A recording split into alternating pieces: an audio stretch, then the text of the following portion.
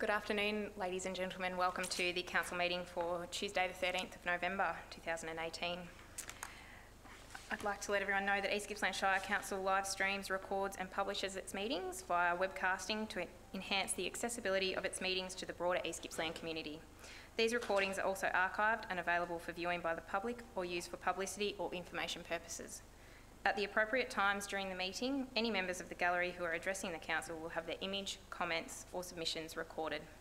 Please ensure that mobile phones and other electronic devices are turned off or in silent mode for the duration of the meeting. On behalf of Council, I would like to acknowledge the Gunai-Kurnai people, the traditional owners of the land on which we are gathered, and pay our respects to their elders, both past and present. 1.2, apologies. We have an apology from Councillor Mark Reeves, and you will note down at 1.6 a request for a leave of absence from Councillor Reeves. Thank you. 1.3, declaration of conflict of interest. Madam Mayor, we've got no declarations of conflict of interest. Thank you. 1.4, confirmation of minutes. That the minutes of the ordinary council meeting held on Tuesday the 2nd of October be confirmed, and that the minutes of the special statutory council meeting held on Tuesday the 30th of October 2018 be confirmed. Madam Mayor, happy to move. Thank you, Councillor Rotino. Do we have a seconder? Thanks, Councillor Tui. Just in relation to the adoption of the minutes, Madam Mayor, Mr. Borgel's brought to my attention that there's an omission with the minutes in relation to a preamble. I brought it to the attention of officers. I wasn't present at the meeting, so I really can't speak to the matter. Perhaps some other council may be able to. Thank you. What was the omission? The preamble to his question was not recorded. It has been explained to him that a streaming is available on streaming, but there's no idea. I have contact, I should mention, I did make contact with the Director of Government yesterday, and I've spoken to Mr. Rabbit this morning. I have a clarification, Madam Mayor, wondering if there's a opportunity to amend the minutes as appointed that we received, or wondering whether we can note the minutes and on basis of the problem being looked into further. I'll just have to confer with Through you, Madam Mayor. Only the questions generally go into the minutes. Preambles don't go into minutes. So we've checked that, and we only put the actual question into the minutes. This was explained to Mr. Borgel, and also explained to you, Councillor Ellis. Yeah, just now. Yeah. Yeah. Sorry, Councillor Rotino, question? Madam Mayor, to the CEO, we have quite extensive guidelines regarding public question time. Have those guidelines been adhered to? Yes. Okay, so we've had a mover and a seconder for the minutes. Okay. Thank you. Okay, all those in favour?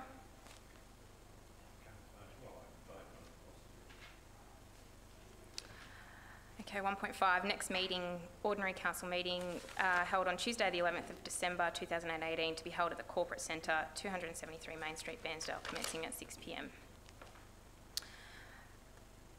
At this point, I would like to ask a councillor to move a suspension of standing orders to Councillor White.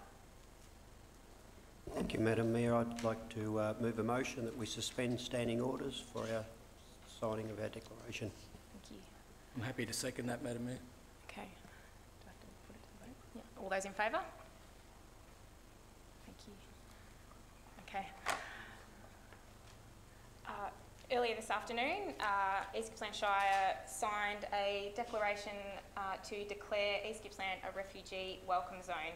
This declaration is a commitment in spirit to welcoming refugees into our community, upholding the human rights of refugees, demonstrating compassion for refugees and enhancing cultural and religious diversity in our community. So,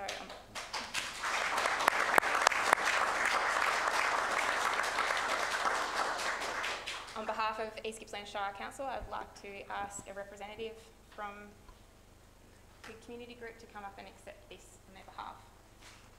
From the Refugee Council of Australia.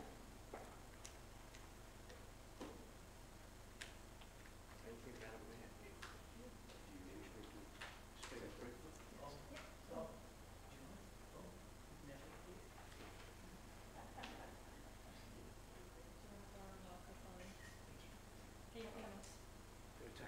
I can think I can speak loudly enough. It needs to be Come and speak. recorded. Oh, I see, yes. Thank you. Madam Mayor, councillors and guests in the gallery, it gives me, on behalf of the East Gippsland Asylum Seeker Support Group, great pleasure, and it's a real celebration for us that this council has had the wisdom and foresight and the compassion to declare East Gippsland a refugee welcome zone. It's something which our group, which I've only been a part of for a couple of years personally, but the group has been working for some 5 or 6 years now to support asylum seekers and refugees. We've done that through donations to organisations supporting them in Melbourne particularly. But this is a further step in this process, and we undertook a bit of a campaign through the community to see that there was community support for this proposal, and we were delighted that the response was so positive. And then, without our having to take further steps to push the issue, we were delighted when Councillor Dick Ellis took things in hand and moved the motion for this declaration for Council, and that the Council saw fit to unanimously agree to it. And that is a tribute to you all, and we thank you most sincerely. And we will continue to work. We may in future find refugees coming to this area who will need employment, who will need accommodation and need community support. And it's great to know that this council is supportive of that whole notion. So thank you all very much.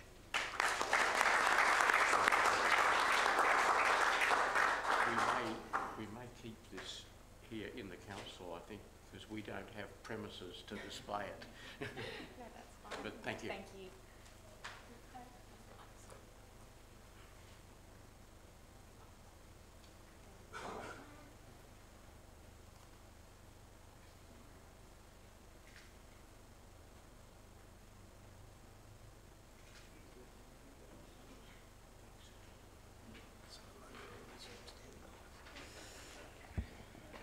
I now need a motion to resume standing orders. Thank you, Councillor Peltz. Joe? Oh, Councillor Oteno, thank you. I move that we come back out of standing orders and proceed onto the meeting as expected. Thank you. Thanks, Councillor Peltz. Vote. Put the vote. All those in favour? Thank you. Okay. 1.6, requests for leave of absence. Yes. Madam Mayor, we have a request from Councillor Mark Reeves for a leave of absence until the December meeting. That motion. Okay. Councillor Tui, second it. All those in favour? Thank you. Okay, 1.7, public question time. Madam Mayor, we have 2 questions from Mr Morris Borgelt of Lakes Entrance. Thank you. Mr Bogart.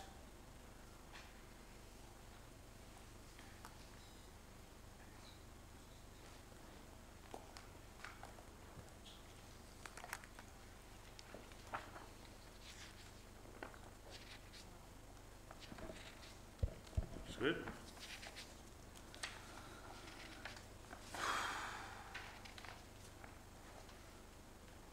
Okay, I've entitled this one, Good Neighbour Code of Practice Restricts Carnival to 28 days. Council has repeatedly assured the community and myself that the annual Lakes Entrance Christmas Carnival is operated under the Good Neighbour Code of Practice for a circus and carnival, which mandates, amongst other things, that a carnival can only occupy a site for a maximum of 28 days. Otherwise, a planning permit is required. The Lakes Entrance Carnival stays for more than 50 days. How is this carnival legitimately able to stay for more than 28 days without a planning permit? If perchance the carnival is not bound by the Good Neighbour Code of Practice, please detail what system it is operated under. Maybe it's time to end the deceit and get a planning permit, and there's still time before Christmas. Thank you. Mr Holden? Yes, I'm more than happy to respond to that question. Thank you. Honestly? Oh, sorry, certainly. Yes, more than happy to respond to that question, Mr Borgelt. So, the Good Neighbourhood Code of Practice as it applies to these things does apply to Crown land. And Council does ask that the provider of the rides, amusements and stalls, we ask that they do comply with the general principles of the Good Neighbourhood Code of Practice. But the carnival itself takes place within the context of the Lakes Summer Festival. And some years ago, in 2013, Council sought and received comprehensive legal advice because the carnival takes place within the context of that festival, which will include a range of activities, including summer markets, a woodchop event, a duck race, and of course the iconic Lakes Entrance fireworks display. So when we received legal advice on the matter, it was advised us that the Lakes Entrance Summer Foreshore Festival does not need a planning permit and is not required to meet the GNCP because it is a festival and as such can include temporary amusements, rides, sideshows, stalls for games or snacks, and as such there are no time constraints associated with the event. Council has also in place a comprehensive event management plan for the event which in itself far exceeds the general requirements of the GNCP. Thank you, Mr Holden. Does that mean the GNCP doesn't apply, as you've been telling me for the last 6 years? If I could repeat the first part, the GNCP does apply to Crown land in most cases. However, and Council does ask that the provider of the rides, the amusements and the stalls complies with the general principles of the GNCP. We include that as a guideline in the information that is distributed as part of the EOI. Please ensure that you meet these guidelines in general. However, because of the context and the nature of the Lakes Entrance Summer Foreshore Festival, the carnival can take place within that context without the need to expressly apply every aspect, including the 28-day limit. So there is no need for a planning permit. However, we do request that the operators of the carnival element of that Lakes Entrance Summer Festival adheres to the basic principles of the Good Neighbour Code of Practice. Well, that's a question. Thank you, Mr Holden. Mr Borgelt, would you like to move on to your second question? In the letter, just when I was going to tender for the carnival, what ones did they want us to abide by?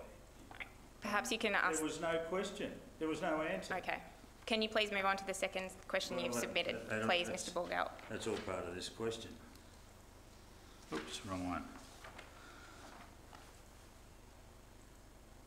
I've titled this one Incompetent Carnival EIO Process. Due to the seriously inadequate answer to last month's question on the flawed expression of interest process for the Lakes Entrance Christmas Carnival, in which the timing of the EOI occurred over Christmas, over carnival operators' busiest time, that is ending 2 days before the start of the Melbourne show and covering the whole of the Brisbane and Adelaide shows, and being conducted 16 months before the carnival starts, and one prospective tenderer receiving highly inaccurate answers to pertinent questions 29 days after asking and 3 days after the EIO closed, including not answering what parts of the Good Neighbour Code of Practice Council expects operators to adhere to, and the only advertising for the EIO was in local papers, whereas in previous years it was also advertised on Tenderlink, which is considered the industry standard for tenders and EOIs. Considering all these points, why won't the Council end the EOI and redo it in a more professional and competent manner? And if you disagree with any of the preceding points, please detail what and why. Mr Holton. Thank you for your question, Mr Borgelt. Your opinion that the process was flawed, we don't hold with that. Well, and the procurement was conducted in accordance with the East Gippsland Shire Council procurement guidelines and in close consultation with the procurement team. We do not intend to undertake the process again. If you would like me to answer in detail every specific point you made in your question, I will provide that on notice. See, this is the second time I've had Okay, Mr Borgelt, Mr Holton said he'll provide that answer to you on notice. That part must go into the minutes? Just one moment. Yep. Yes, it will go into the minutes. Very good. Okay. Thank you, Mr Borgelt. Thank you for your kind assistance. No problem. Thank you. Okay. That was all, Mr CEO? Yep. Okay. 1.8, a record of the Assemblies of Councillors are listed before you. Do we have a mover? Happy to move that, Madam Mayor. Thank you, Councillor Rotino. Thanks, Councillor White. All those in favour?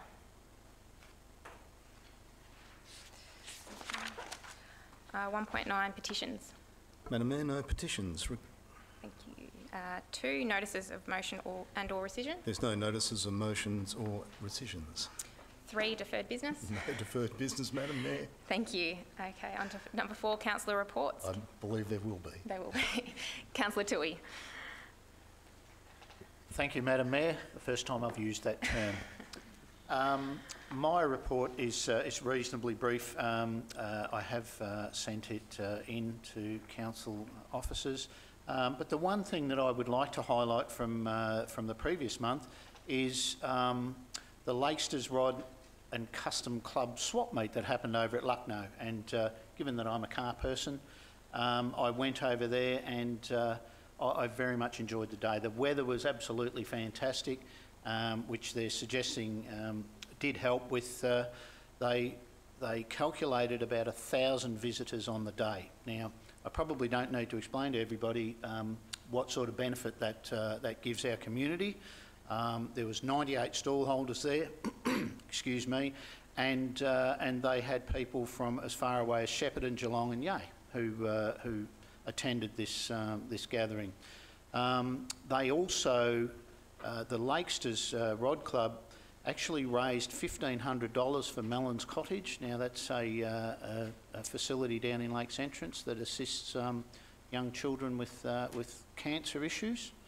They also had the Lucknow Football Netball Club run a canteen on the day.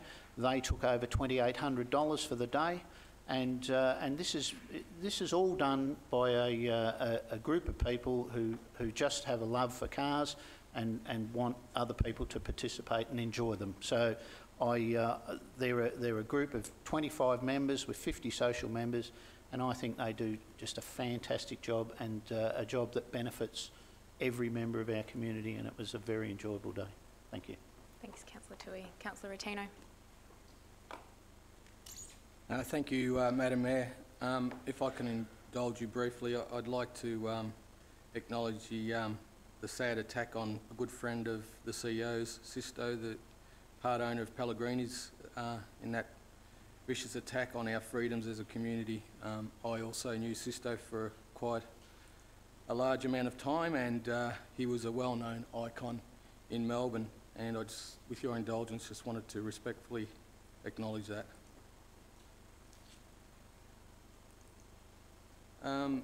Madam Mayor, I'd like to talk about the East Gippsland Business Awards. The annual awards have grown into an annual peak event for celebrating all things business.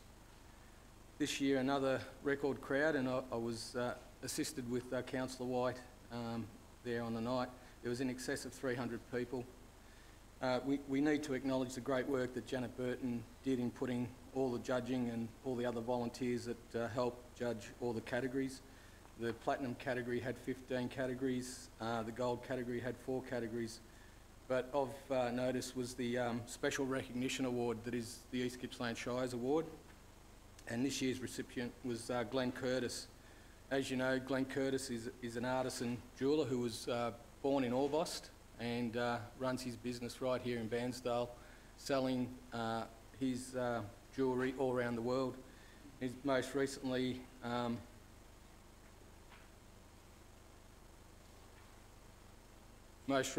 he was recognised for providing gold pendants to the Prince and Meghan Markle when they visited Australia. It's interesting that on the Bernard Salt, the demographics group, one of the key things in a successful region is having a successful business award, so a big tick in that one, and we can keep working towards the others. The second thing that I would like to speak about is the Masters Road National Cycling event. We were thrilled to host this year's event, and when you consider that last year's event was held on the Gold Coast 2017, it was a major achievement, and I thank our events team for helping pull that together, and we look forward to the post-review on that event to see what sort of economic benefit it actually brought to our region. Because I know there is interest from that Australian cycling group to talk to us about holding the national event here again next year. And again, that just happens to be another item on the Bernard Salt Successful Regions checklist, national event, tick.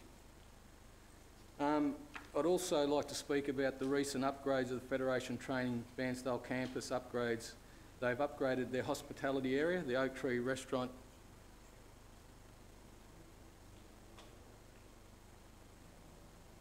The Oak Tree restaurant has been rebuilt and has an expanded footprint. The restaurant can now... Councillor Peltz, can you please? The restaurant can now cater for 65 persons seated and or 90 persons for a cocktail event. The restaurant furniture has been built from locally sourced hardwood timber, something you'd be interested in, Councillor Pells. A commercial kitchen with state-of-the-art equipment with additional floor space to accommodate larger student groups. It's a significant move in the right direction after the food event that was held at Lindo last night. We are being recognised as a destination restaurant area, and this facility will help. There's also new facilities for nursing training situated at the top floor of Building C, practical lab, and what looks like a hospital ward right there for to train people in that sector. There's also professional services wing, and the newly unveiled facilities highlight the major upgrades of the Bairnsdale TAFE campus. And I deliberately call it TAFE because I believe they're looking at rebranding back to TAFE, where everybody understands and knows what TAFE is. The Bairnsdale campus upgrades are a major boost for the local TAFE, delivering new integrated training facilities and extensions to the current classrooms. Vocational trainings and pathway training facilities, again ticks the Bernard Salt must-haves. 26th of October, I was privileged to be invited to the Prime Minister's National Drought Summit. I attended this summit in Canberra, held at the old Parliament House. The summit was attended by all state and territory premiers, including all relevant agriculture ministers and advisors. It was an honour to attend on behalf of the Victorian local government area and one of the drought-affected areas, East Gippsland, as well as Wellington. Local government attendees included Rob Chandler, Mayor of Barcaldine Regional Council, Scott Ferguson, Mayor of Blaney Shire Council, New South Wales, myself and Dean Johnson, Mayor of the Eyre Peninsula District in Kimber, South Australia. In attendance from Elga was David O'Loughlin, President, and Adrian Beresford-Wiley, the CEO. Other key people invited to speak at the day were Major General Stephen Day, who happens to be the Coordinator General for Drought, Pip Courtney, ABC Landline, Dr Steve Hadfield-Dodds, the Australian Bureau of Agriculture, Resources, Economics and Sciences, ABARES, and Dr Stephen Stone, General Manager for Agriculture and the Bureau of Meteorology Division. The Summit Roundtable was an opportunity for participants to discuss on how Australia should respond to drought now and, more importantly, into the future. Participants gave their views on improving, supplementing current drought assistance and relief across affected areas, building preparedness and resilience for the future. Participants contributed at the roundtable on the following areas. There was a discussion group around individuals and families, ensuring that individuals and families affected by drought can continue to meet their basic needs.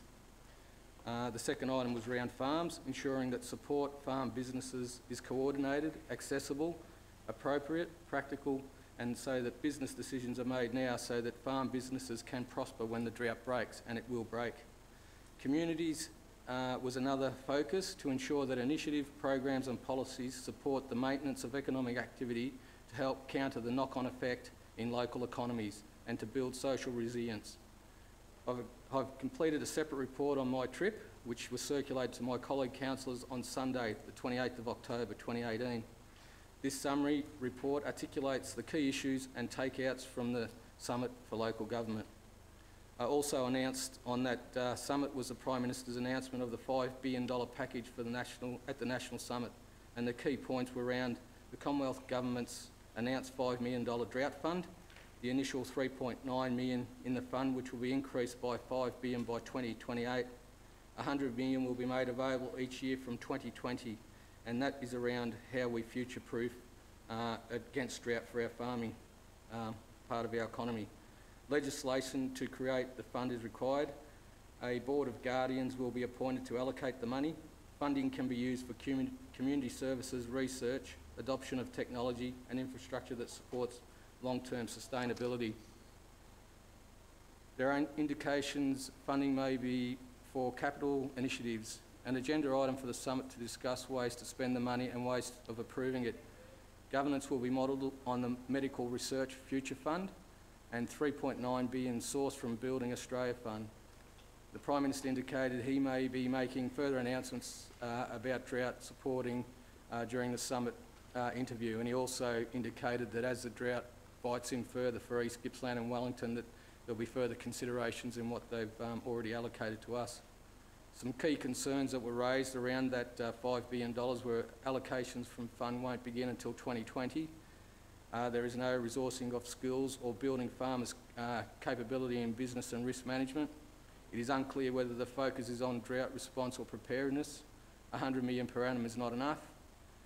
How does this fit the discussions around the intergovernmental agreement, given it is focused on preparedness and ensuring businesses are ready to manage drought? And the governance, what will the Australian government do to ensure that allocations from the fund are not politicised and that support is made available at the appropriate time? Also, during the month, I had the pleasure of opening the Playful Paws Dog Training Centre by Megs, and she also is keen to give us some feedback, Paul, in relation to our off-dog lead facilities that we recently announced, and I think we should probably take her up on that offer. Madam Mayor, thank you for your indulgence. Thanks, Councillor Rotino. Councillor Roberts. Thank you, Madam Mayor. This Sunday I was at Buchan South Avenue of Honour to attend the Remembrance Day ceremony. I have a strong connection with the Buchan area. My mum was raised there, my grandmother lives in Timbarra, my grandfather used to be the principal of the Buchan Primary School.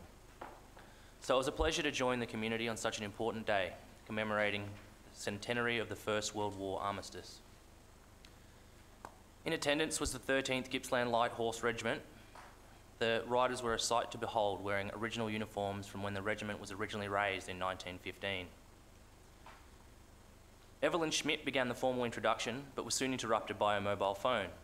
But in typical Buchan fashion, she shook it off and proclaimed that she was so happy that Buchan finally had decent mobile phone coverage. The speeches continued, but something spooked one of the horses, causing it to throw its rider. The rider had in fact not ridden in 12 months. The last time she had ridden, she'd been thrown from her horse and had broken her pelvis. This time, thankfully, she was unhurt. After settling the horse, we continued on to the last post, with a minute's silence observed in the middle, except A technical glitch with the CD player meant that we got to listen to the bugle call twice and had about 5 minutes of silence in between while the issue was resolved. The crowd were in good spirits and weren't going to be bothered by the hiccup. After the commemoration was closed, we moved in to have a yarn and a cup of coffee and a cordial. I noticed after a few mouthfuls that there wasn't just water and cordial in the drink, but also a substantial number of wrigglers, courtesy of the tank water. Regardless, the cordial was a massive hit with the kids, requiring many refills. And somebody tapped me on the shoulder and mentioned to me just before I left that a few drops of kerosene in the tank will remain on the surface of the water, sealing it to keep the oxygen out, killing the wrigglers without much fuss. Thanks for having me again, Buchan, and without a devoted community members like Evelyn Schmidt, these important events may not continue. And I thank you for your work and look forward to coming back soon. It's always a pleasure coming to Buchan. Thank you. Thanks, Councillor Roberts. Councillor Ellis. Thank you, Madam Mayor.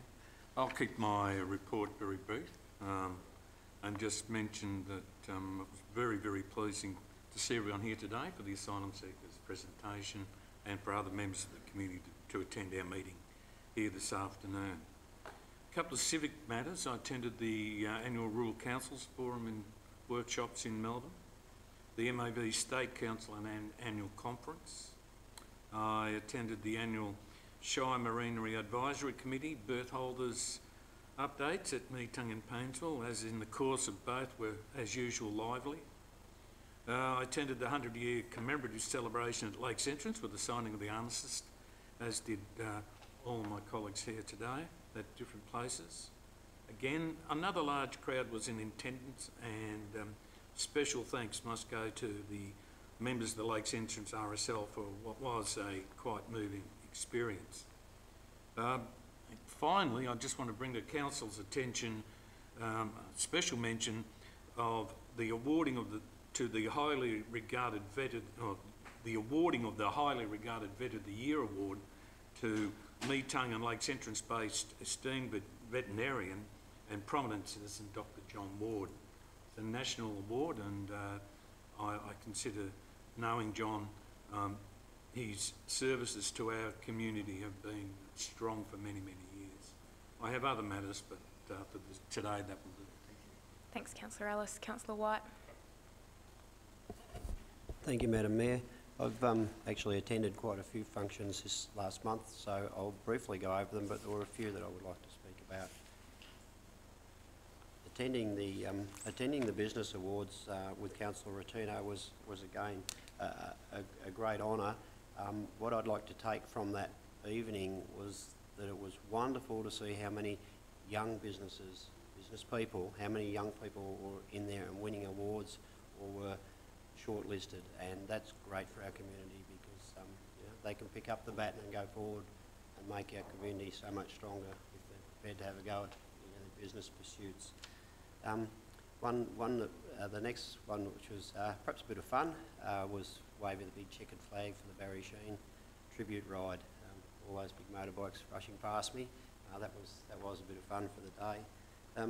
Also, there was the 100th annual anniversary of tournaments at the Bensdale Golf Club, and it was particularly interesting to note that as they read out the award winners, that Mrs. Marion Dwyer must have been an unbelievable golfer, and I tip my hat to her memory because the number of times she won those events, that nobody came anywhere near the amount of tournaments. I think she'd won 19 over a period of time, and the next 3 major winners added together didn't come to 19, so she was an amazing golfer. There was Nicholson Community Group, always have a gathering down there at the retreat on about a quarterly basis. Also, with our Acting Director of Operations, we all met with Vic Rhodes in the township of Lindeno South with regards to what I consider are some major safety concerns in that township, so I hope that we will get some good results on that because it's a growing little township with a lot more children and a lot of traffic going through that town, so I hope we get some good results from that. Another very, very good event that the Shire hosted a civic reception for the Bairnsdale Field and Game, because they, and with a lot of help from Councillor Routino, managed to secure the national titles. And it was a great big weekend. Have to congratulate Michael Crane for his efforts as president of that club. And it was such a great event that, as you would have read in the press, they've already been asked to hold the event again next year. So there was hundreds and hundreds of people came to town. Everything was booked out, and they slept in all the accommodation and ate all our beautiful food. So they did say they'd had a wonderful weekend. So that was a great event. Lions at Lindo put on a breakfast the other Sunday.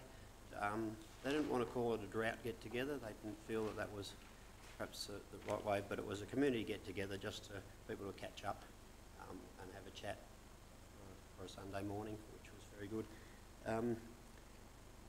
Then Remembrance Day, I attended Bairnsdale.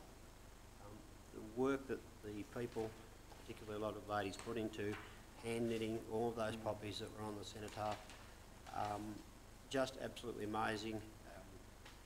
The speeches were very heartfelt, because of it being the 100th anniversary of the armistice. But what was particularly, I call it disturbing, was that they made crosses and put them in the centre of the lawn there for Bairnsdale and District, so just Bairnsdale and District. At that time, over 240 young men and women never returned, which was a staggering number of casualties for what would have been a small town of Bairnsdale back in those days. So it was very fitting. They did a wonderful job with their commemoration. And then last night, I was asked to speak at the spring table dinner, and Joe knew more people there than I did, and I actually tried to give him my speech to say, look, it's free to a good home, but he made me get up and speak. A wonderful group of people doing a tremendous job to showcase what we do in this area, and it's great to see that there are so many people attending all of these restaurants, and the restaurants are using our local products grown here. So the way it's grown since last year, it's amazing, and if it continues to grow like that, we've just got such a strong community in the field of eating. Thank you very much. Thanks, Councillor White. Councillor Peltz. Thank you, Madam Mayor. On the 2nd of November, I represented the Mayor, the new Mayor, at the official opening of the Timber East Gippsland exhibition, which was held at the East Gippsland Art Gallery here in Bairnsdale. I felt attached to this meeting because it was part of the timber industry, which I'm proudly involved in.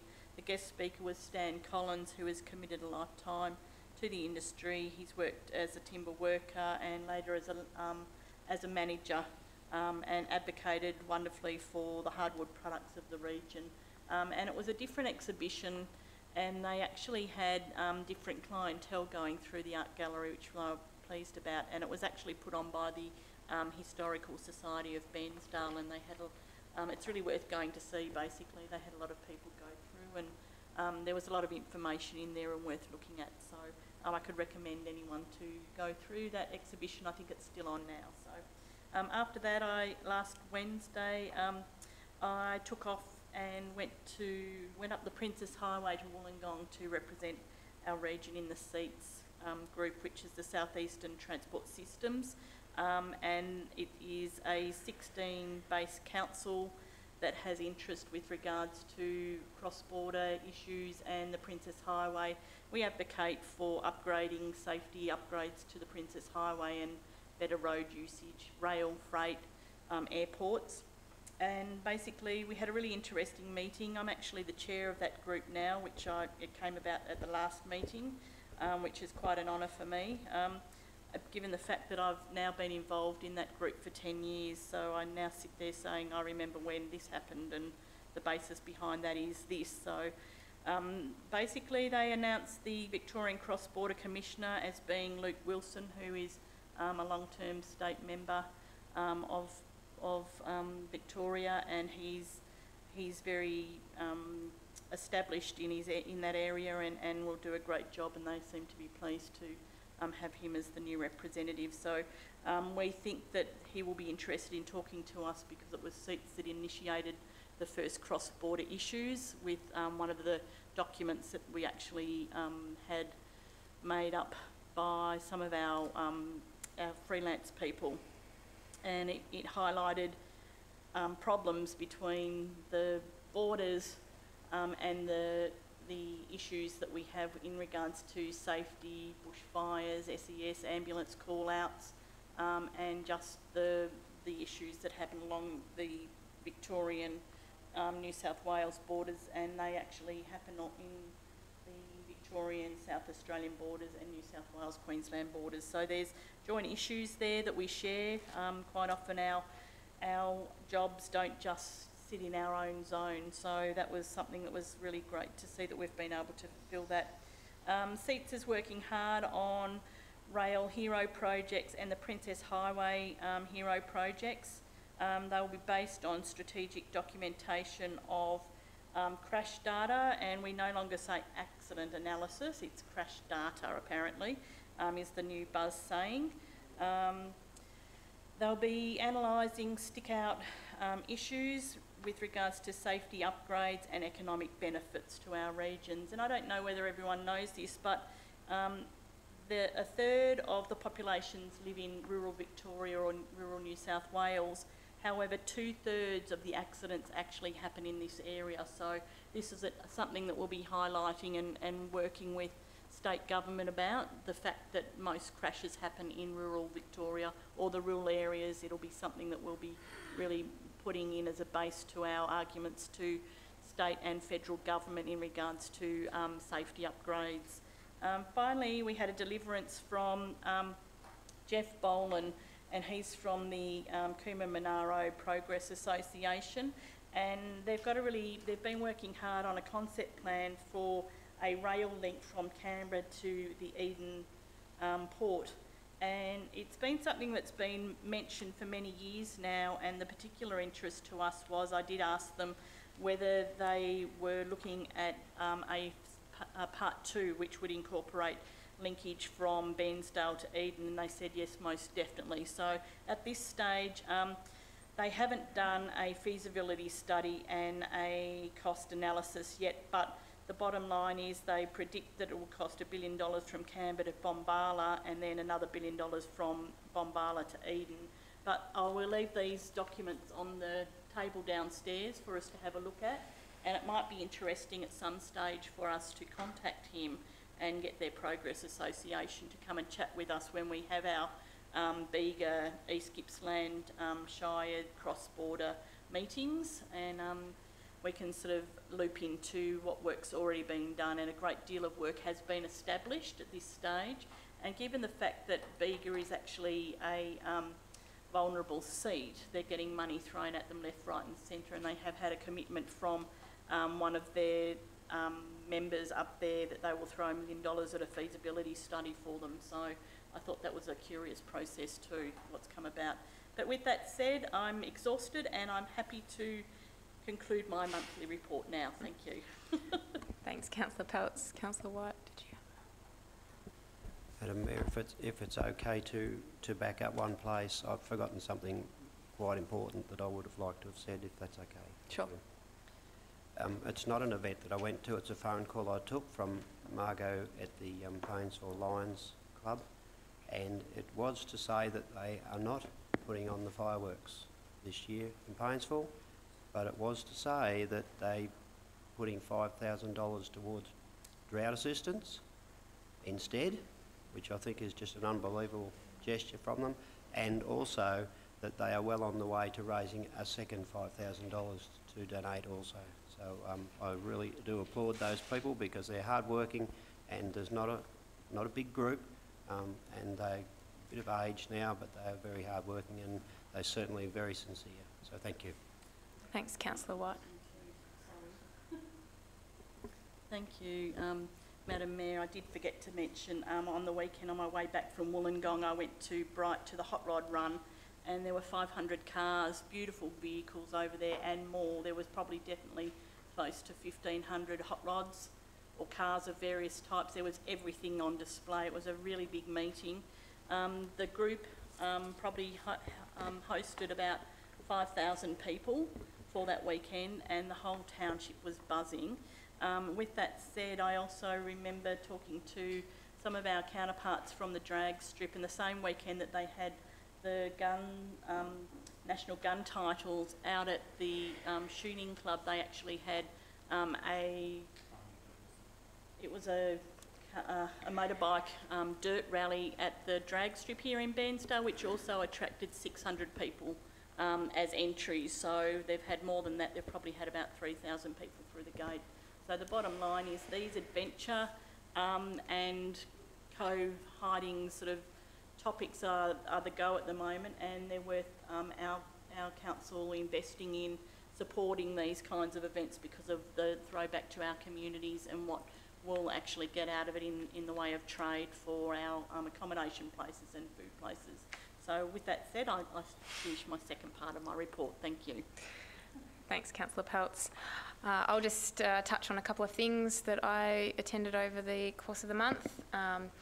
OMEO held the Australian and Victorian Off-Road Championships for the second year in the row, which is a motorbike championships where over 250 riders converged on the town, and OMEO was only one of 6 towns nationwide to host these championships, and it's the final round, so they have a big dinner in the town and everyone gets all their awards, and I was lucky enough to wave the flag for that last race, so that was pretty cool. And the Shire sponsored that event. I attended the Remembrance Day service at Swifts Creek to commemorate the centenary, and the service was really well attended by the community. Swifts Creek Pony Club and Light Horsemen were on a show, and we also had a great speaker from Carry On Victoria. So I'd like to congratulate the NSA Swifts Creek RSL branch for organising a great service.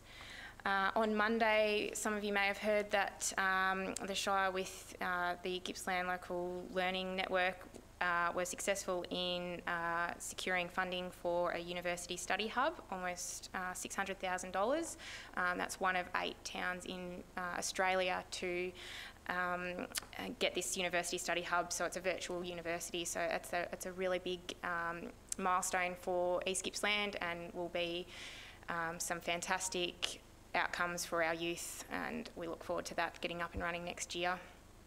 And lastly, I'd just like to mention that last month we lost a former OMEO Shire councillor and East Gippsland Shire councillor, Bill Flanagan, and I would just like to move that a letter of condolence be sent to Bill's family in recognition of his work and commitment to our region. Thank you. So all those in favour? Thanks. And that concludes our councillor reports.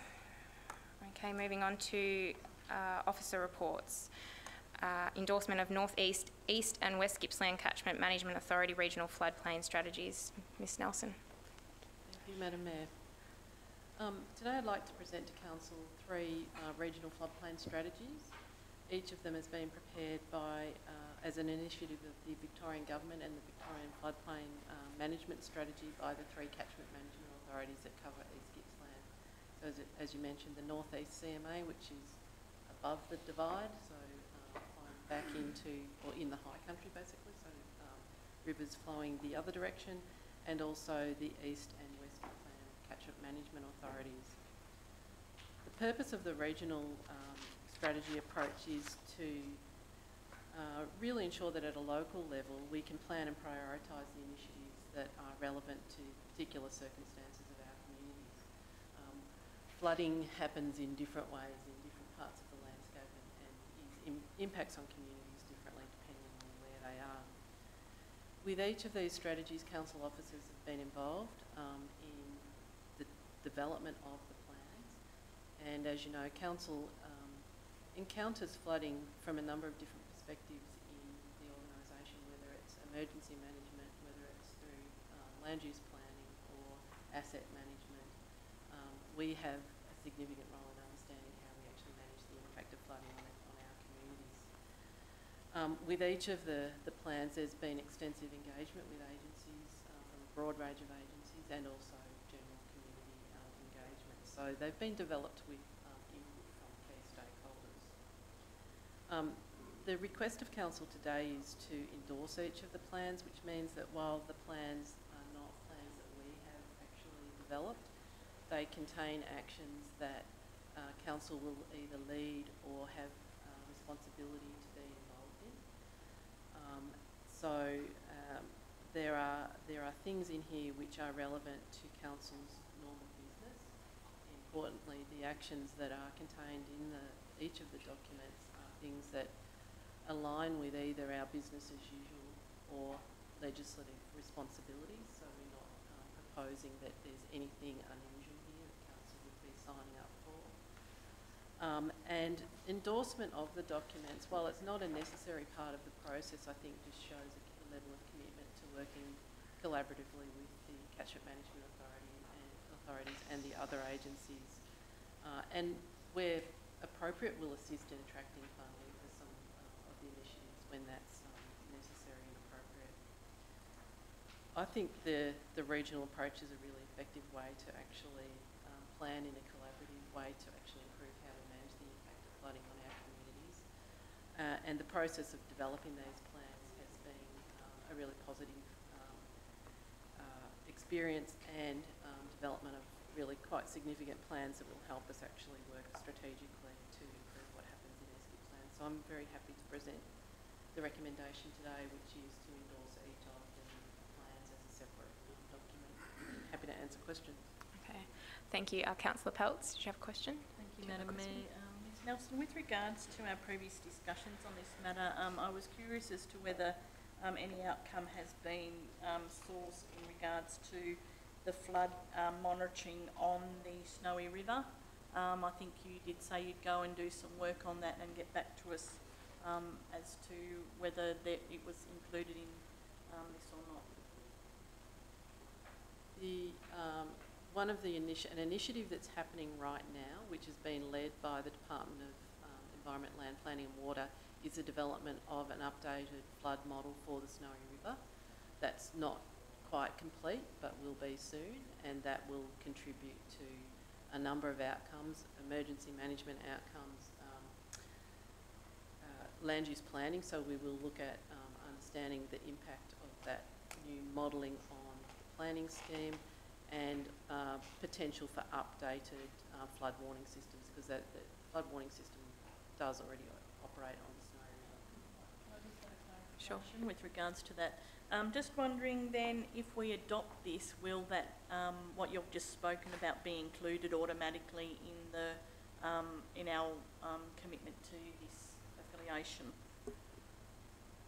Well, the work is already being done, and yes, the strategies recognise that there are a number of floodplain projects being undertaken in East Gippsland, particularly at the moment. So there's work being completed on the Tambo River, on the Mitchell River and the Snowy River as we speak. So they are initiatives that are strategically prioritised by these plans. The process for dealing with them will happen as separate processes. This work highlights that they're important and that they will be prioritised. The results of that work will be come to Council as separate pieces of work. Councillor Rotino. Thank you, Madam Mayor. Ms Nelson, this type of work, as we know, is critically important for a region like ours. For the benefit of the goer, are you able to explain briefly the type of engagement activity that you've had to undertake to help support these strategies? I can certainly in general terms, and councils will be aware that most of the Shire is actually covered by the East Gippsland Catchment Management Authority. The West Gippsland Catchment Management Authority intersect with East Gippsland Shire only in as far as council land extending from Loch Sport through to the entrance at Lakes Entrance, so it's that narrow coastal strip. And the North East CMA really deal with land around Omeo and Benambra, so anything in East Gippsland Shire that falls into the Golden Murray catchment. So the greatest involvement that we had was with the East Gippsland Catchment Management Authority and the process that they went through. And for issues like flooding, where it is something that is seen as quite significant in the community and amongst agencies that we regularly experience these events, there was significant engagement by agencies and including the Bureau of Meteorology, Vic Roads, all of the relevant government agencies, council from a number of different perspectives. Probably going to stretch me to remember exactly who was there, but there were literally rooms full with people who contributed to this process. And the beauty of the process of looking at flooding on a regional level is because normally we study flooding by looking at each catchment, and so you don't get the broader view of how does this combined impact of flooding actually impact our community. And just one, I guess, point that became really clear through that process was that when you start to look at flooding in the way that it happens in East Gippsland, mostly the river catchments run north-south and the road connections run, the major road connections run east-west.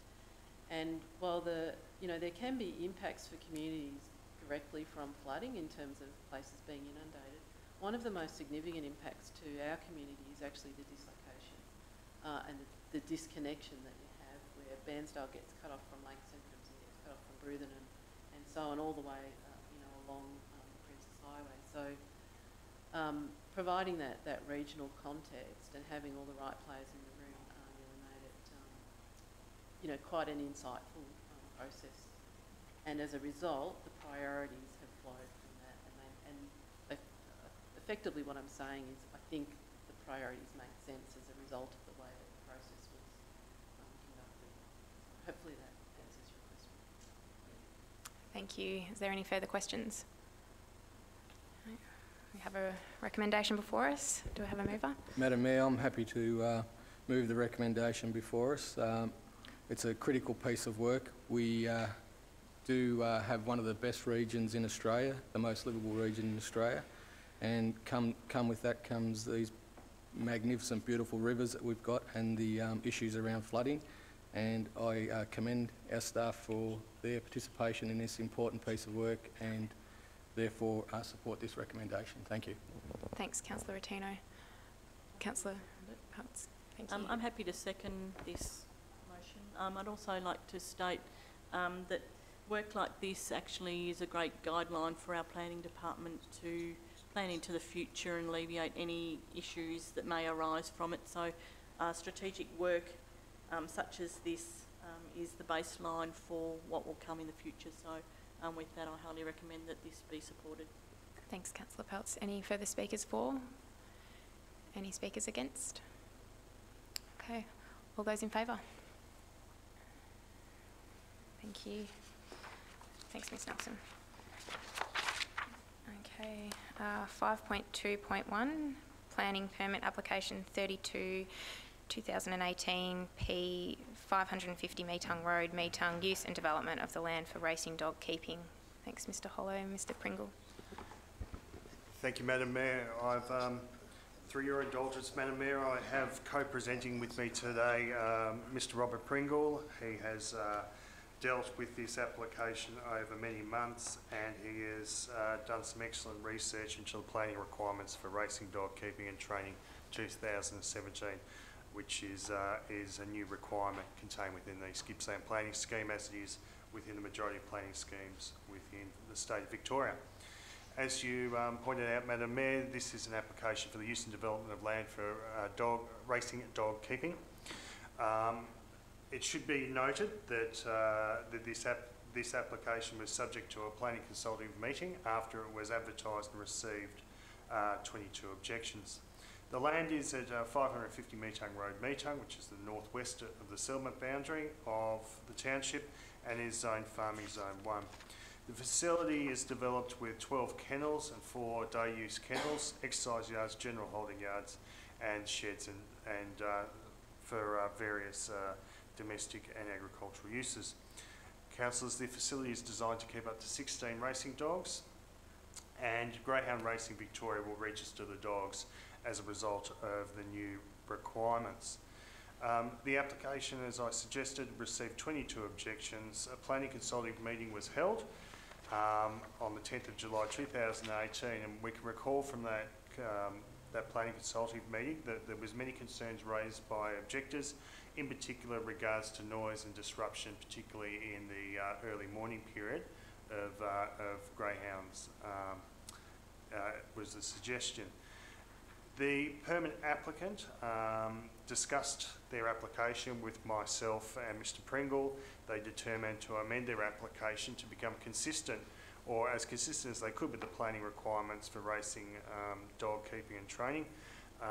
We've assessed their application against those requirements. We are of the view that they are consistent with the objectives of the requirements, and hence we've suggested a notice of decision to grant a permit to issue today. Happy to take questions, Madam Mayor. Thanks, Mr Hollow. Any questions? Councillor Ellis. I'm just having difficulty bringing up the appendix in relation to barking dogs and the requirements from Greyhound Racing Victoria. I've been approached even as recently as this weekend about the noise of the dogs over the night periods, you know, on different hourly breaks, barking and what have you. Now, I'm taking into account this is a 100-acre property and the considerable thought's been given, but to reassure the members of the public, can you advise me what council can do if it turns out that the dogs do really create a nuisance? Thank you, Councillor. Firstly, I'd like to suggest that the current arrangements, when they get redeveloped to be more consistent with the requirements, should reduce noise impacts to local residents. The kennels will have to be somewhat redeveloped, and the idea is to prevent the dogs being woken up or disrupted, and therefore barking. The kennels are basically reduce that particular influence from external areas, and it also then noise attenuated, which also reduces the flow and effect to other dogs within the facility. Should there be consistent and further concerns about barking of dogs, there is a process that we can undertake under the local law, and indeed that might end up if it can't be resolved in a court for their view on the matter. But I would be confident that we're going to see a reduced impact. I can't say that there would be none, but there would be certainly a reduced impact once the facility is redeveloped. It's consistent with the requirements.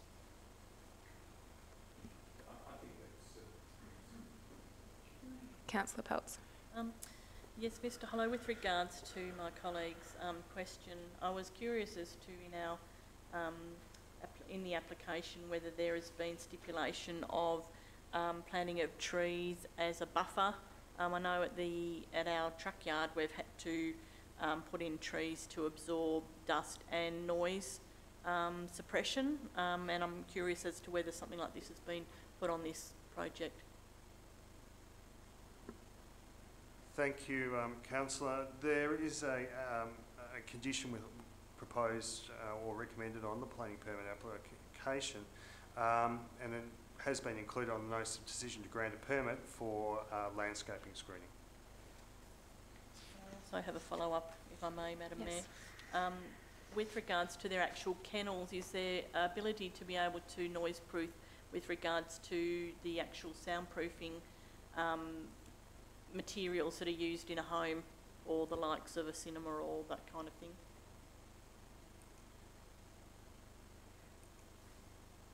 Thank you. Councillor Peltz. The planning requirements set out different types of construction methods that can be used to achieve the objectives, and the different, basically each type of construction method will achieve the minimum standards that are set out, and it's an RW rating. I can't remember the specific RW number for the insulation of each component, but there's a component for the walls, a component for the ceiling, a component for the the ventilation shaft, all of those have to meet a certain RW rating. Say sound battering insulation that would be provided in a domestic situation wouldn't necessarily be practical. It could easily be destroyed if it wasn't contained properly. The construction method that's been adopted in this circumstance is a thickness of mortar construction, bricks, and that is designed to meet the objectives that have been set out in plan requirements. With regards to the previous dog kennel that we had a few years back at Saltwater Creek, the same initiatives were considered as an issue there, and we did stipulate that they needed to plant trees and suppress the noise as much as they could. And on driving past, I'm not fully convinced that that has been adhered to.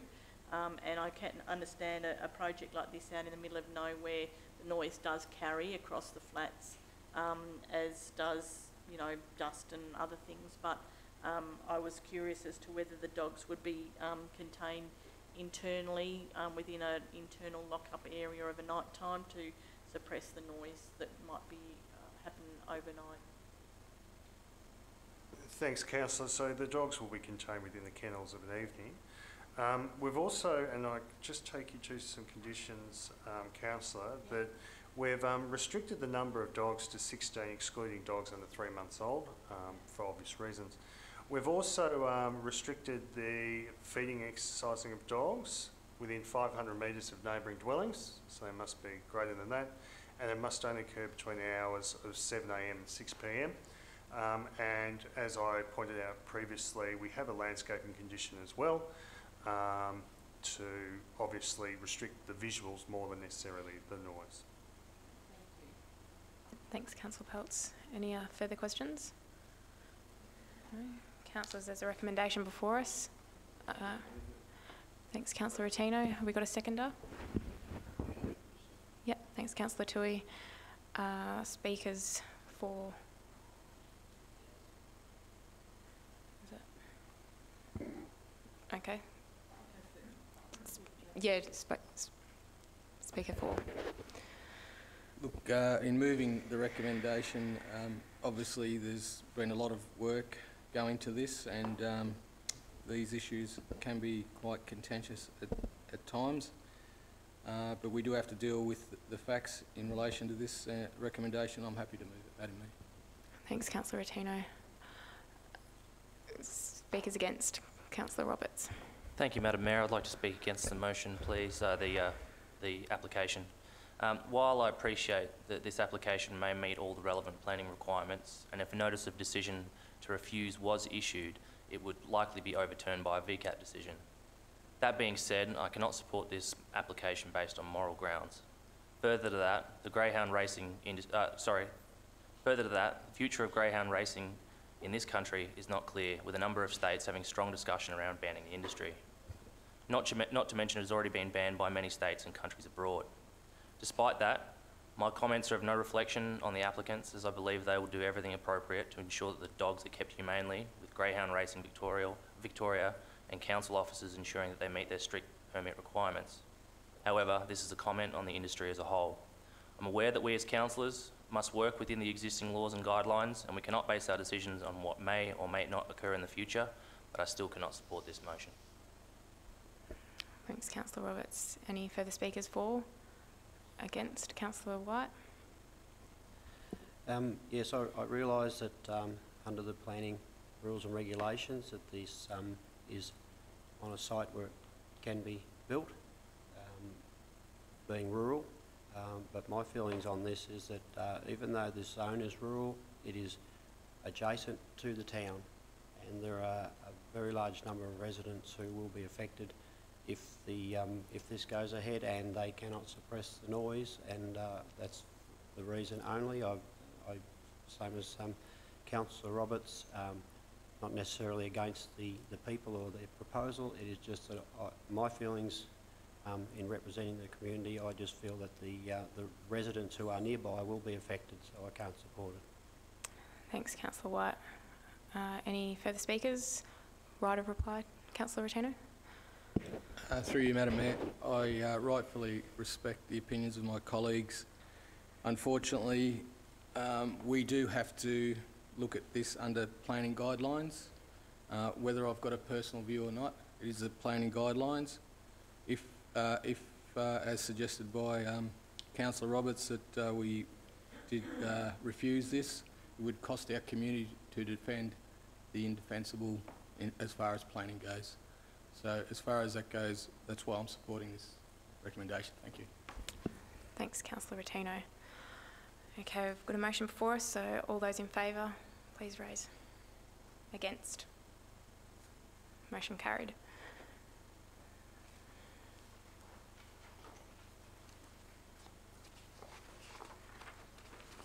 Okay.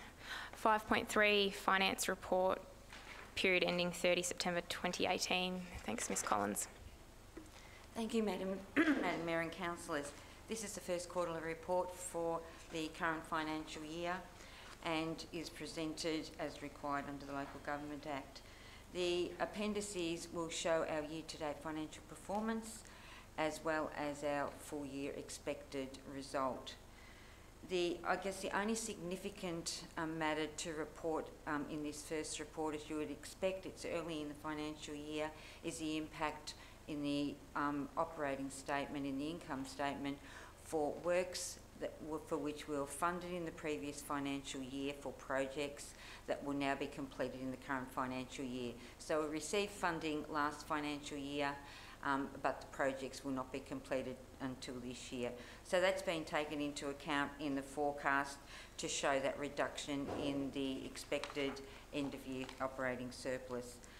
Also to note, and I know there is a further report on capital works, but also the forecast for the capital works and the timing of those capital works, picking up all of the carry forward projects and also looking at the ones that may move into multi-year projects has been taken into account in terms of the forecast end-of-year result for the capital works program, which is always reviewed in conjunction with the projects unit who manage the capital works and major projects. So there is a recommendation there, and certainly happy to take questions on the report. Thank you. Thanks, Ms Collins. Any questions, councillors?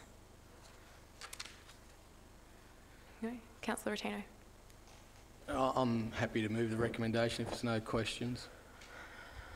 Thank you. In moving the recommendation, I'd like to thank Ms Collins for the great work her and the department continually do in supporting our organisation. I have been in those administration, accounting type roles. I know the thankless hours that go into preparing all these reports that look great in summary, but I do understand and sympathise for all the work that does go in them. So thank you. Thanks, Councillor Rotino. Councillor White, do you wish to say anything? I would just actually like to back up Councillor Rotino's comments. I think, Ms Collins, you do an absolute incredible job at with your numbers, and I believe that you should be commended for this work. Thank you. Thanks, Councillor White. Any further speakers? All those in favour? Motion carried. Thanks, Ms Collins. Motion, right.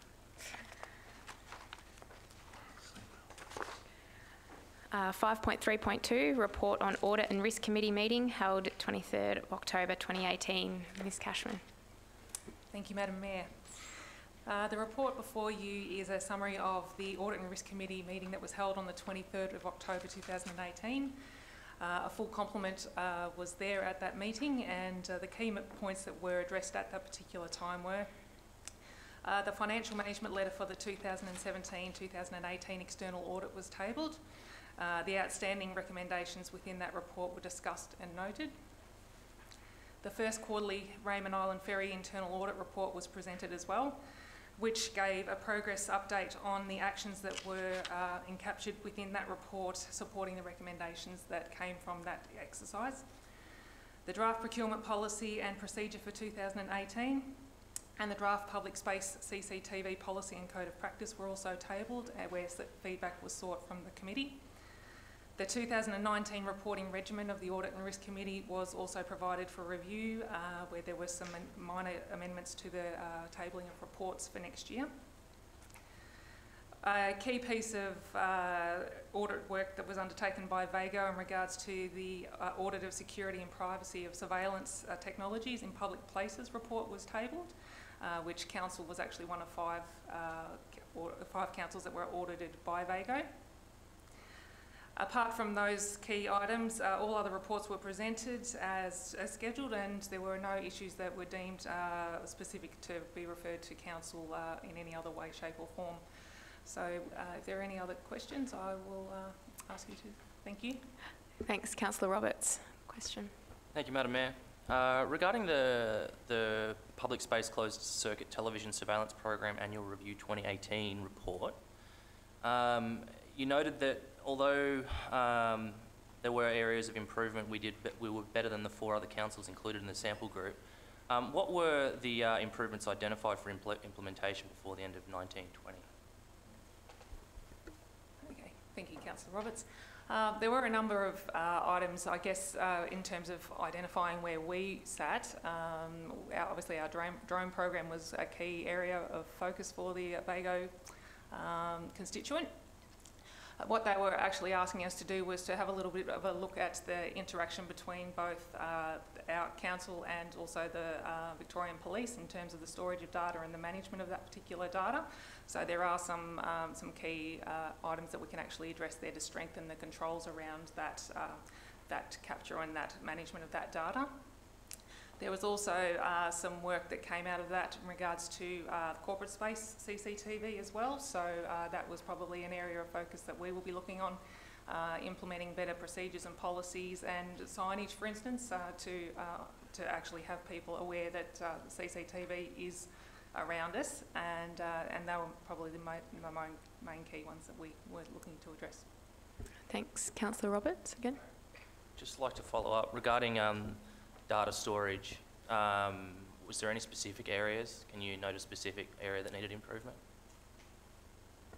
All it was that when the audit was actually undertaken, it was just a matter of having that data managed, and the councillor are aware of how the Victoria Police were actually storing that data, and that the protocols that they had in place were certifying that we had complete faith that there was only a few officers available to actually access and use that data, and that it wasn't available throughout the police constituents to be able to access.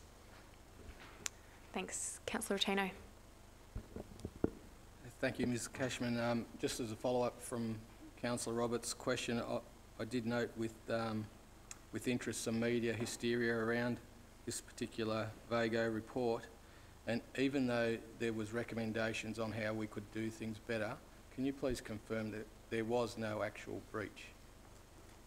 I'll take that one. And thank you for the opportunity to speak to this one, Councillor Tino. As Kaya has indicated, we came through the audit very well compared to our colleagues. And without implying any criticism of our VAGO colleagues, whose input we value, we do live in the real world, and even in the case of Victoria Police, the failure, if you like, on our governance part was we haven't been auditing them. And we had taken the position that Victoria Police doesn't need auditing. However, VAGO, while respecting the spirit of that thought, said everybody can use a bit of an audit. So we've entered into a respectful discussion with the Victoria Police about how we do that. But in terms of are we handling data inappropriately or dangerously or irresponsibly, absolutely not. And it's mainly a case of making sure that our documentation has caught up to our practices, which were very well regarded. Thanks, Ms Bennett. Councillor Peltz. Thank you, Madam Mayor. Just as a follow-up from that, just remind us whether we have a MOU with the Bairnsdale Victorian Police Branch in regards to the surveillance, security, privacy. We do have an MOU in place with Victoria Police, and in fact we wouldn't have had the public CCT without it. So it is silent on the question of auditing, which is why a respectful conversation is being undertaken. And just a following point, I guess it's to do with this area is still new space for us. I mean, it's probably only 3 years old, 4 years old perhaps. and it's a growing area, and upgrades and you know, reviewing and things like that are always you know, recommended and always of importance to make sure things are going along smoothly, I suppose. Ms Bennett? I concur with that absolutely. We were fairly early into the space and there certainly wasn't a lot of guidance around, and indeed there still isn't. So it is a constantly evolving space, but I think the important thing is that we are always conscious of the need to be respectful and careful with the data we capture and manage. So I said it's mainly making sure that that's well documented and accessible to anybody who might want to know how we do that. Thank you. Are there any further questions? Councillor Rotino. Madam Mayor, I'm happy to move the recommendation. Thank you. Do we have a seconder? Councillor Peltz. Speakers for the motion? No. Speakers against? No. I put the motion to you. All those in favour? Motion carried. Thank you. Okay. 5.3.3, East Gippsland Shire Council Audit and Risk Committee appointment. Ms Cashman. Thank you, Madam Mayor. So, as a segue from the Audit and Risk Committee meeting that we've just previously discussed, Council maintains an independent Audit and Risk Committee in order to help fulfil its governance duties for Council. And that committee comprises of 4 external independent members, the Mayor of the Day and 2 other councillors. Given that, there is one vacant position that has recently come to pass and expiring on the 30th of November, and that is the 3-year term for our independent committee member, Ms Christine Wrench. As part of the procedure to reappoint a member, expressions of interest in attending the committee were invited through a public submission process. 4 expressions of interest were actually received from well-credentialed members of the public, and as part of that recruitment process, the Audit and Risk Committee Chair, Mr Michael McStephen, and the CEO, Mr Gaffney, assessed the applications and interviewed 2 of those particular submitters.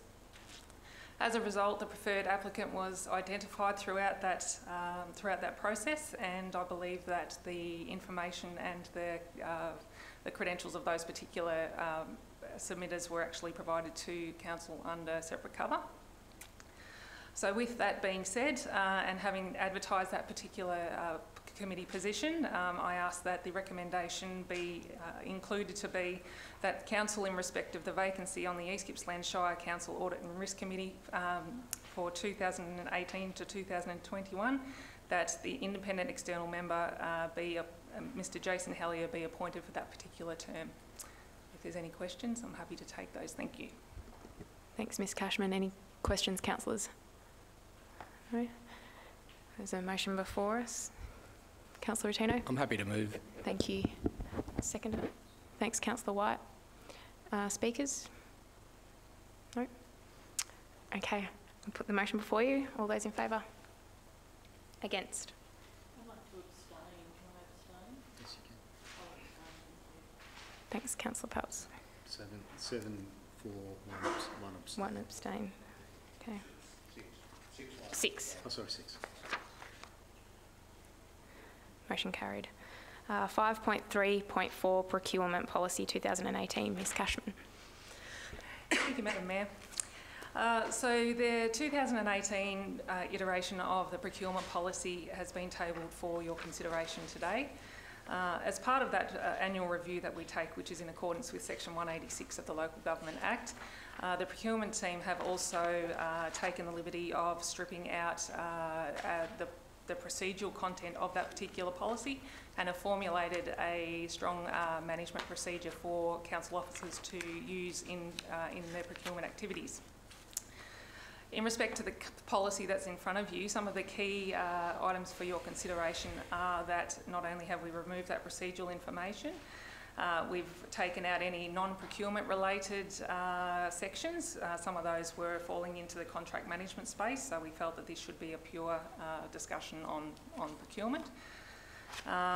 We have made a commitment to the compliance with the Competition and Consumer Act, which is offering transparency and fair competition to all suppliers to council. We have also improved the clarity regarding the enactment of the emergency provisions within the policy, and we've also continued to support local businesses in vying for council contracts by maintaining the 5% weighting within the evaluation criteria, which allows us to, to support those local businesses that contribute to the financial, social and environmental wellbeing of our local region. I'm happy to field any questions on either the policy or the procedure, should anyone have any. Thank you. Thanks, Ms Cashman. Any questions, councillors? No? Let's see. Do we have a mover? Councillor Toohey. Seconder, Councillor Peltz. Speakers? Thank you, Madam Mayor. I've been very pleased with the changes that have been made to the procurement policy in the last 6 or 8 months, I believe, and the fact that we still have that weighting in there for local business is good to see. So I'm more than happy to suggest this to my councillors. Thank you. Thanks, Councillor Toohey. Councillor Peltz, did you wish to add anything?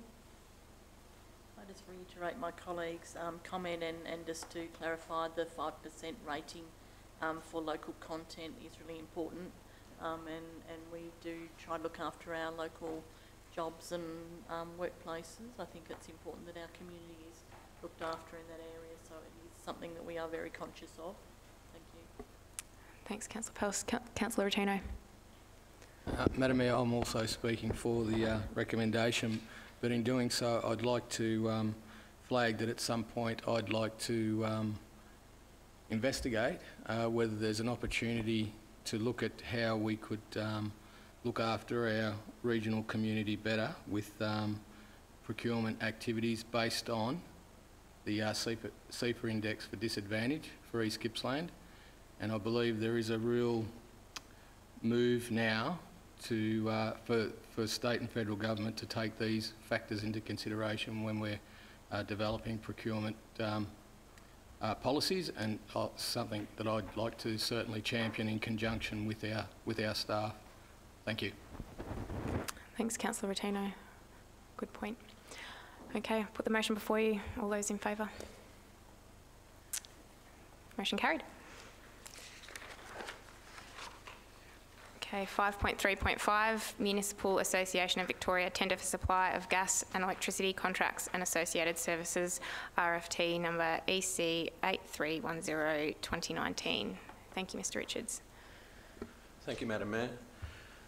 Councillors, the current gas supply contract expires on 30th of March 2019. So this item is seeking council endorsement to participate in an upcoming MAV tender. The tender is for a period of up to 3 years. It's believed it's a really cost-effective, the collective approach is cost-effective, which is important given the annual use is approximately $120,000 per annum. So the recommendation is to participate in the tender, and I'm happy to answer any questions. Thanks, Mr Richards. Any questions? Do we have a mover? Councillor Peltz, please. Seconder? Councillor Toohey. Thank you. Any speakers for? I'd just like to say this is a very obvious way for council to be looking after ratepayers' funds collectively with some of the other councils, getting the cost benefit for our community and keeping the costs down. So I think it's a great initiative. That being said, the previous item was more about local content, and unfortunately gas isn't supplied locally, and neither is the power. So with that said, I'm happy to endorse this recommendation. Thank you. Thanks, Councillor Peltz. Any further speakers? No. Okay, I put the motion to you. All those in favour? Motion carried. Thank you. 5.3.6, Capital Works and Landfill Rehabilitation Projects Report 2018-19, quarter ending 30 September 2018. Thanks, Ms Weigel. Thanks, Madam Mayor. As you mentioned, this is the report for the first quarter of the Capital Works and Landfill Rehabilitation Works for the year. As Ms Collins has also mentioned, it's sort of the companion report to the finance report that's already been presented to you. And as you will note from the report, the information in this report has also been presented to the Audit and Risk Committee at their October meeting. So significant amongst the report is the fact that we commenced the quarter with a capital budget of $47.9 million, and during the quarter with carry forwards that has been amended to $51.6 million, which is a significant program for a council of our size and reflects the number of great projects that we are trying to deliver for our community. That actually represents 181 discrete projects, of which you'll note from the report 165 are currently on track, 8 projects are complete, 2 have been cancelled or moved into, will be rebid for in future years, and 3 have been amalgamated into other projects. If we look at how we're tracking, we'll note that of this, we have spent in the first quarter $4.7 million, and we have committed a further $14.8 million. So collectively that represents 38% of the capital budget. So given in the first quarter is really where we start letting a lot of our contracts and forecasting our work. So that sets us in a good position for delivery of the capital budget moving forward. Significant is also, and not unexpectedly in the first quarter, is that there's been some movements in budgets as we start to let contracts. So you'll notice in the appendices there has been 51 changes to the budget. So some of those are very minor, some of those are reflecting new projects that we've got grant funding and the like for, and some of those are where we've unpacked large budgets into discrete project budgets. So that is not unusual for the first period of the year. And finally, one of the things that I'd like to mention is you'll notice in the changes and in the way we've presented the information to you, we have now what's called a capital works holding account.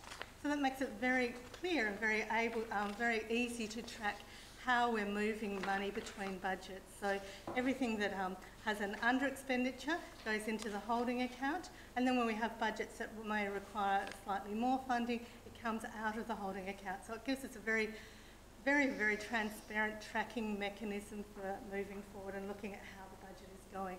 So that's a new initiative that we've discussed with Council previously, and I believe that it's a great initiative, and we're probably one of the few councils that is actually doing this. So just wanted to make note of that, but happy to take any questions. Thanks, Ms Weigel. Any questions, councillors? Councillor Ellis. Just a topic of Lakes Entrance question, and that is that I note that the landfill works for the Lakes Entrance landfill, which was to be identified as being closed in this current financial year, I know it has been pushed out into the thing. Can you give some explanation as to why such a large capital works program in excess of $1 million+ is being pushed out so far? That's right. With the landfill, with the capping of the landfill, it has to be designed, and then that design has to be approved by the EPA. That is quite a lengthy process, and whilst we've also been looking at making sure that we're keeping the landfill going for as long as we possibly can to minimise the cost to ratepayers, and also looking at how we can perhaps cap it in 2 parts so that we can keep a component open while we move towards setting up the transfer station. So that's meant quite a lot of detailed design work, which is currently with the EPA for assessment and approval. Now, we can't start with that capital works project until we have the EPA approval. So we will start the project in this financial year, but we won't have it complete. So we felt that it was prudent to flag that nice and early for council, so that everyone's aware that we will continue to work to deliver that project, but it will need to be delivered over 2 financial years. Okay, can I just clarify that? So we have done the work and submitted the application to the EPA, who are the oversight of all landfills, and we are now awaiting their tick-off. Is that what you're saying? The design has been back and forth. I understand that it's now been complete by our consultants for submission by the consultants to EPA. So it hasn't gone? Look, I'll take that on notice. It's very close to having gone if it hasn't already. Thanks, Councillor Ellis. Councillor Roberts. Thank you, Mr Mayor. Madam Mayor. Ms. Weigel. It's got to happen, sorry. It states back to the Lakes Entrance landfill capping, it states the adopted budget was $3 million for the 18-19 year budget. It's been carried forward to 1920. It says that the amended budget is $1,600,050. Is that on top of the original $3 million adopted budget, or is that inclusive? No, so what we've done is pushed half of the budget out. As I just said to Councillor Ellis, we're now looking at delivering this over 2 years. When we have tendered the project and we know exactly how much we will spend this year, we will then make sure that we've got the right amount in the right years, but flagging nice and early that we're not going to spend the full budget. So as we're preparing our capital budget for next year, we know that we should be identifying this as something that should be in next year's project budget as well. So that's the remaining. We'll just split it in half. Thanks. Councillor Peltz. Yes, thank you, Fiona. Thank you, Madam Mayor. Sorry, Fiona. With regards to page, I think I'm on page 7 of the 13-page attachment, and I noted that there's some highlighted red areas, and one's cell 3, aggravated wall liner, the next one's Mullow ramp and jetty works, and the next one's A.J. Freeman drainage design. And it's saying in the second column that the projects are cancelled, and I thought I'd requested that the Marlow one wasn't cancelled, that it's actually suspended for now or delayed, and I wasn't sure what has happened with that because nothing's changed since our initial viewing of this document. So we're working on the project budget, so the capital budget for next year now, so that we can start to develop that. We will look at whether it will be in a future years. It's just about what year it is in. So we haven't, at this stage we've identified it as council because we're not quite sure what year it'll be going into. It probably won't be into next year's budget because that one is a joint project with Gippsland Ports, so we have to work with Gippsland Ports to put in a joint submission for funding. So we're very reliant on when Gippsland Ports has their funding to put forward towards that project as well. So it's certainly in our planning still, but we're not clear about which delivery year we can make it for. So as a follow-up to that question, I accept your answer there. Where do these cancelled projects sit in regards, do they disappear completely? Because I'm scared that it will go off the map entirely and it will be forgotten about now it's not on paperwork. And I'm wondering if there's a holding cell for these projects that have been so-called cancelled, whether they're actually cancelled or delayed are two different things to me. Because at some stage they're going to appear in our budget, but for them to be cancelled to me states the project's been forgotten about, and I'd hate to see the Marlow ramp and jetty works be taken off that list when it's in a remote area and they need those works done. So officers are already working on a range of projects. Some will be put in for next year's capital works budget, some for years afterwards, and we have a filing system where all of those are collected and all of those are developed up and scoped. And if we've got partner funding requirements, like we would require for the Marlow jetty, we will be identifying that in the scope of works, and officers will be working on those funding requirements and those partnerships in the forthcoming months. So with all of our jetties and boardwalks, we do try and attract Marine Safety Victoria funding for them as well. So we have a prioritised list of projects that are based on the asset condition and use, and what the foreshore management plan is saying for that area. So based on that, it will still be in that list of high priorities to be budgeted in future years. With that said, I'll be taking a note of that item number on the left-hand side column and making sure when it pops up again that I'll be keeping an eye out for it. Thanks, Councillor Peltz. Councillor White, did you have a question? No? No. Councillor Rotino. If there's no further questions, Madam Mayor, I'm happy to move the recommendation. In doing so, I'd like to thank Ms Weigel. Having recently studied project management at MBA level, I can see that there's a skill set now around the project management book of knowledge that's really quite noticeable in the way we're getting our reports presented. So I thank you for bringing that skill set to the table. And yeah, I therefore support the recommendation. And also would like to make the comment, Councillor Ellis alluded to it at our statutory meeting around, you know, we've been criticised in the media about having secret meetings and stuff, and when you have a look at a $47 million capital expenditure project, there's a lot of commercial in confidence contracts that we have to deal with respectively, and therefore that is why we have to close those meetings temporarily. So I thank Councillor Ellis for alerting the public to that point. Thank you. Thanks, Councillor Attino. Do we have a seconder? Thanks, Councillor Roberts. Any further speakers? For? Against? Okay, put the motion to you. All those in favour? Thanks. Motion carried. Okay.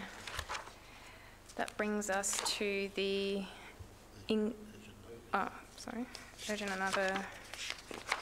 another business? No urgent other business has been requested. Thank you, Mr CEO. Okay. That brings us to the confidential section of the meeting. I need a mover. Yep. Madam Mayor, in doing so, I'd just like to advise the gallery that the meeting's only temporarily closed while we discuss the commercial in confidence nature of things that we've got to discuss. So in doing so, I'd like to move that Council now close the meeting to the public in accordance with the previous provisions of Section 89(2)D and H of the Local Government Act 1989 to consider items 7.1 to 7.8 as these items relate to contractual matters. Do we have a seconder? Thanks, Councillor Roberts. All those in favour? Okay, motion carried. Thank you.